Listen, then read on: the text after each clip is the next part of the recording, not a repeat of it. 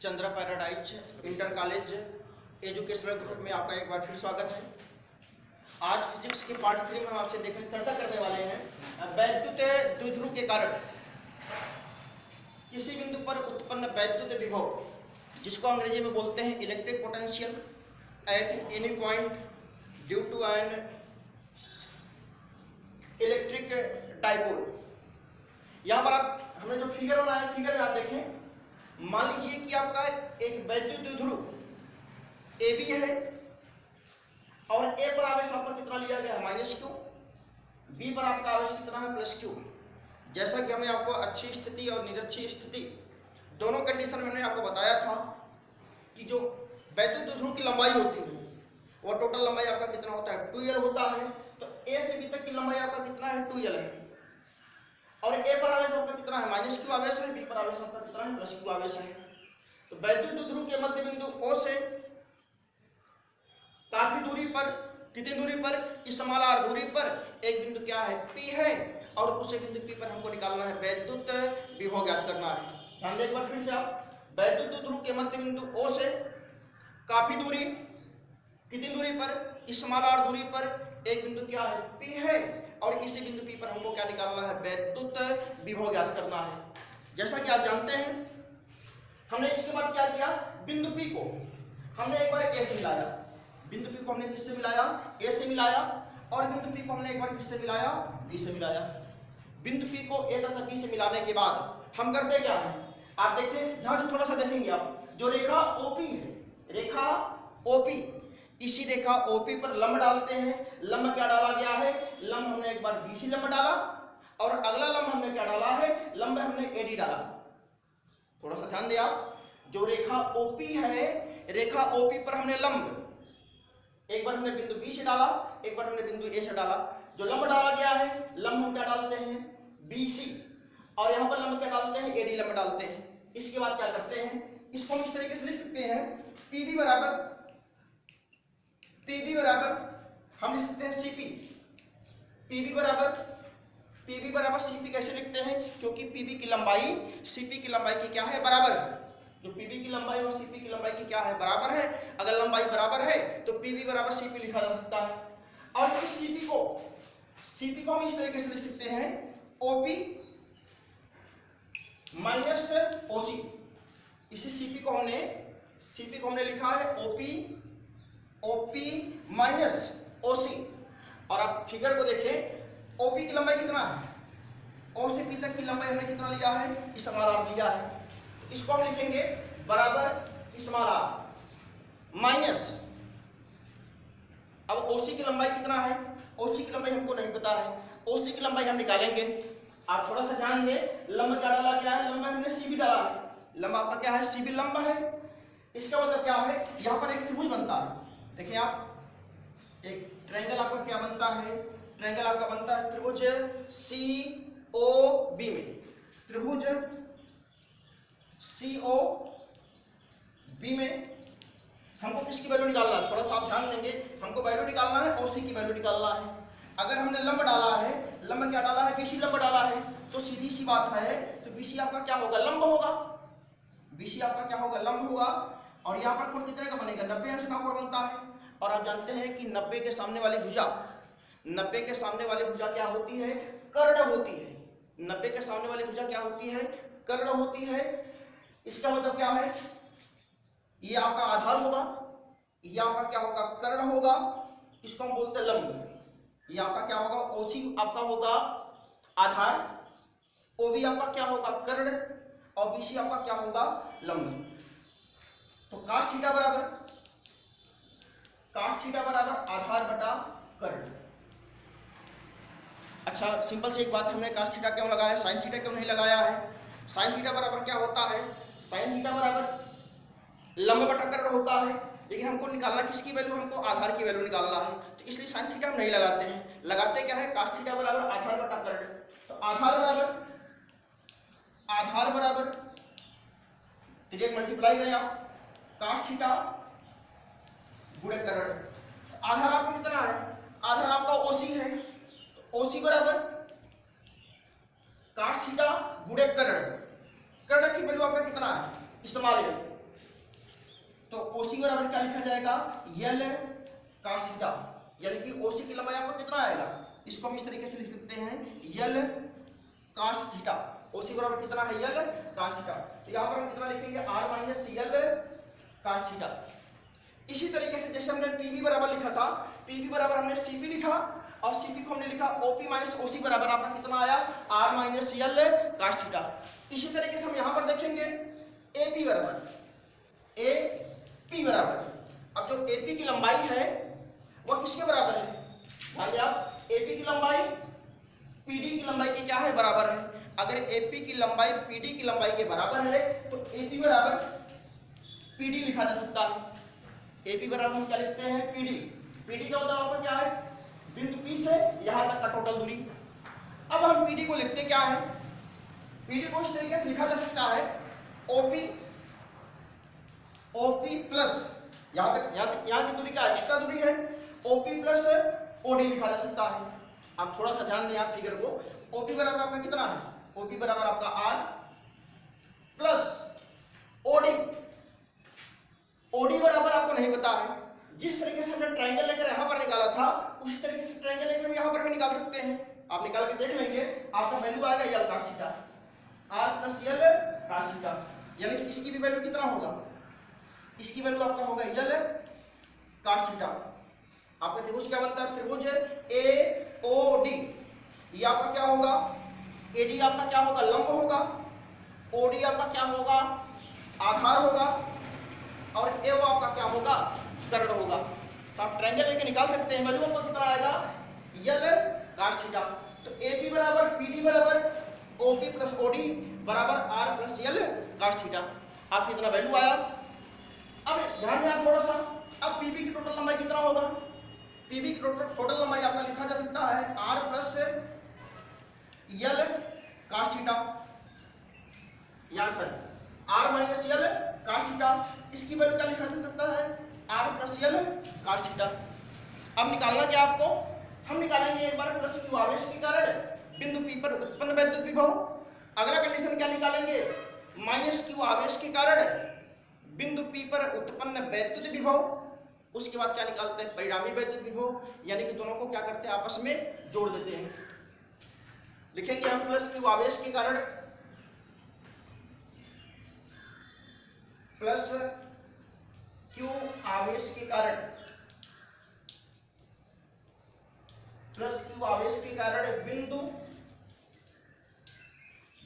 P पर उत्पन्न वैद्युत विभव, प्लस क्यू आवेश के कारण बिंदु पी पर उत्पन्न वैद्युत विभव। तो V1 बराबर 1/4 pi epsilon naught Q upon R minus L cos theta.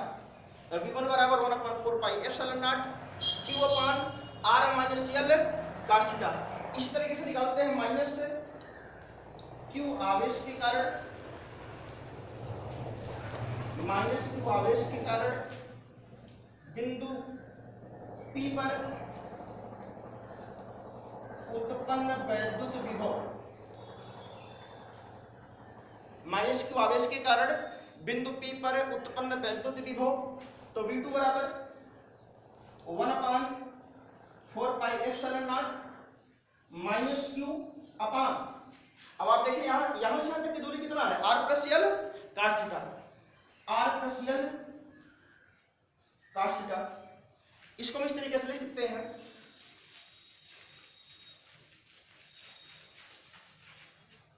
तो V2 बराबर minus 1/4 pi epsilon naught Q upon R plus L cos theta. Minus को हमने पहले लिख दिया है। आप जानते हैं चूंकि विभव एक अदिश राशि है, विभव एक अदिश राशि है, अतः बिंदु P पर परिणामी वैद्युत विभव, अतः बिंदु P पर परिणामी वैद्युत विभव। जैसा कि हमने आपको अच्छी स्थिति और निरक्षी स्थिति दोनों कंडीशन बताया था, जब भी परिणामी हम निकालते हैं दोनों को क्या करते हैं, जोड़ते हैं।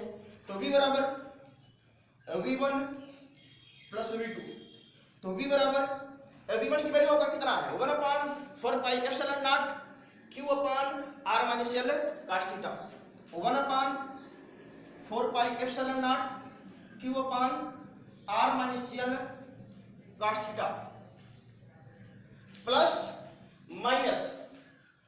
माइनस आपका कितना होगा minus 1/4 pi epsilon not, v2 की वैल्यू हम रख रहे हैं q upon r plus l cos theta.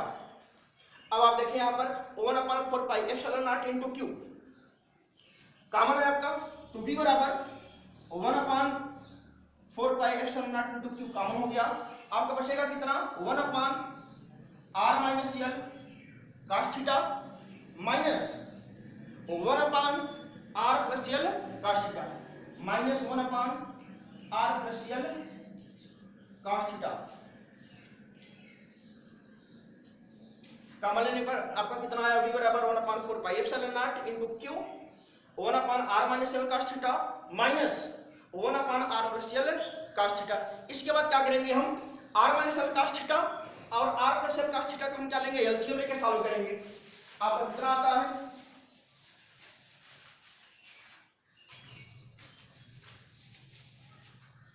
LCM लेके हम सॉल्व करेंगे तो आपका आएगा v बराबर 1/4 pi epsilon not into q, LCM आपका कितना होगा r minus l cos theta into r plus l cos theta, r minus l cos theta r plus l cos theta आपका एलसीएम हुआ।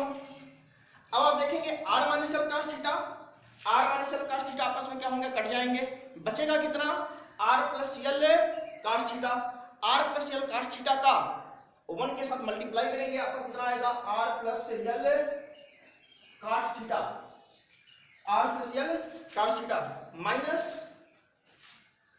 यहां पर देखिए आप r plus l cos theta r plus l cos theta cut जाएंगे आपस में, तो बचेगा कितना r minus l cos theta, r minus l cos theta का हम 1 में मल्टीप्लाई करेंगे तो आपका आएगा r minus l cos theta. इसके बाद करते क्या है, माइनस का हम अंदर गुणा करेंगे, तो v बराबर 1/4 pi epsilon not into q r plus l cos theta minus plus minus r minus minus plus l cos theta बटे यहां पर नीचे आप देखो वर्गांतर का फार्मूला है a minus B into A plus B, सूत्र आपका होता है a minus B into A plus B equal to A square minus B square. तो आपका फार्मूला आएगा यहां पर मल्टीप्लाई जब करेंगे R square minus L square cos square theta, formula आपका आता है R square minus L square cos theta. यहां पर देखिए आप आर कैंसिल आपका हो गया, तो v बराबर 1/4 pi epsilon not into q L cos theta और एल cos थीटा आपस में जुड़ेंगे, आपको कितना आएगा 2l cos theta upon r square minus L square cos square theta. अब करते क्या है, q का अंदर हम मल्टीप्लाई करेंगे, तो v बराबर 1/4 pi epsilon not 2ql, q का अंदर मल्टीप्लाई कर रहे हैं 2ql cos theta upon r square minus L square cos square theta. जैसा कि आप जानते हैं वैद्युत ध्रुव के लिए आपका फार्मूला होता है, चूंकि p बराबर 2ql, p बराबर आपका होता है 2ql, तो इस 2ql के स्थान पर हम कितना लिखेंगे, p लिखेंगे। अगर p लिखते हैं तो आपकी वैल्यू कितना आता है,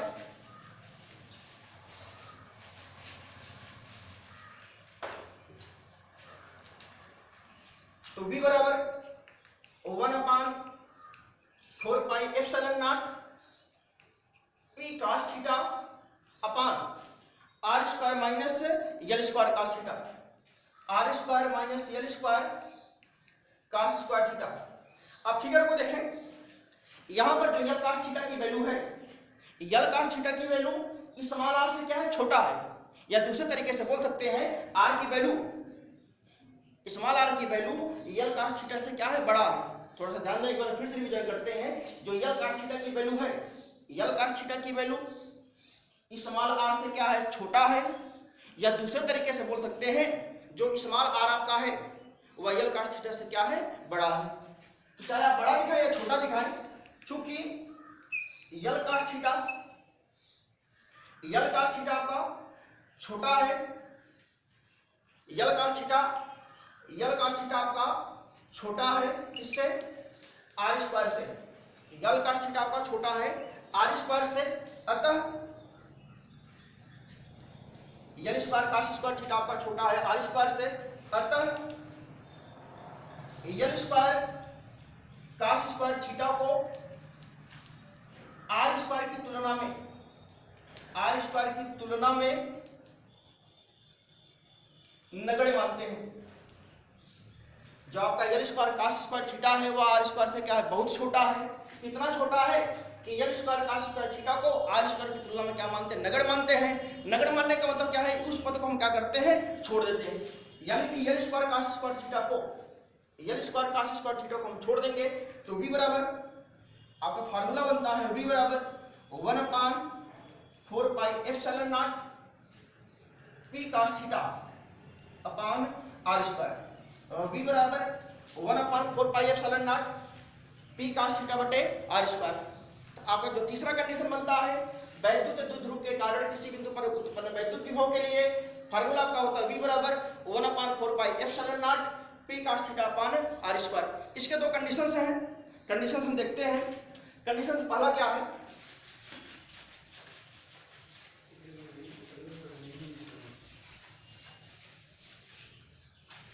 हम देखते हैं कंडीशंस क्या है।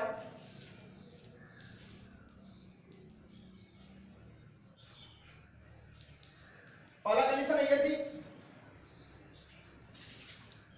वैद्युत द्विध्रुव अच्छी स्थिति में हो,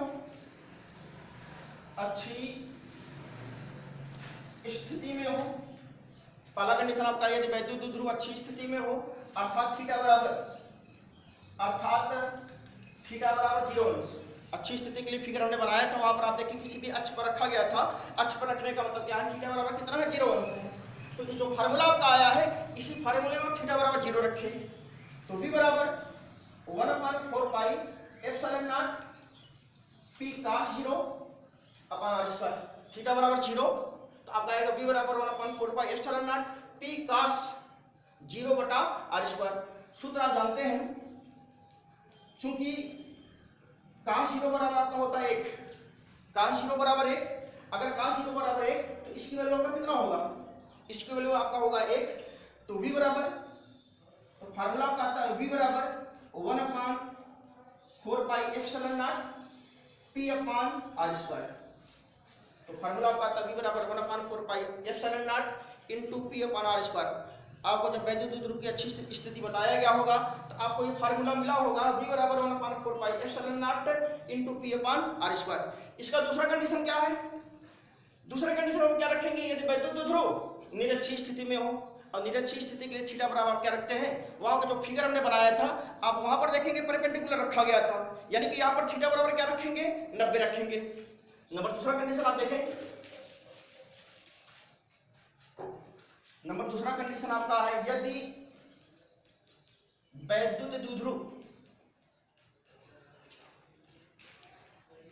निरक्षीय स्थिति में हो, यदि वैद्युत द्विध्रुव निरक्षीय स्थिति में हो, अर्थात थीटा बराबर 90, थीटा बराबर 0, थीटा बराबर 90 कैसे रखा जा रहा है, अच्छी स्थिति के लिए थीटा बराबर हमने वहां पर आपने देखा होगा जो फिगर हमने बनाया था वह अक्ष पर था, और जो निरक्षीय स्थिति के लिए हमने जो फिगर बनाया था वहां पर परपेंडिकुलर था।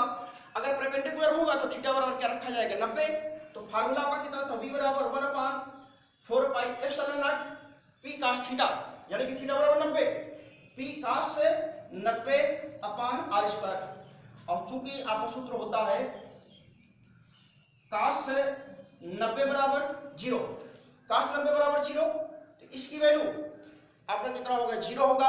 और आप ये जानते हैं कि किसी भी संख्या का अगर 0 में मल्टीप्लाई किया जाता है तो वह संख्या कितनी होती है, 0 होती है। तो v बराबर 0, यानी कि आपका निरक्षीय स्थिति के लिए जो आपका फॉर्मूला बनता है v बराबर 0। तो अगला कंडीशन, यानी कि आपका जो अगला वीडियो अपलोड होगा वह अगले चैप्टर से हम देखते हैं।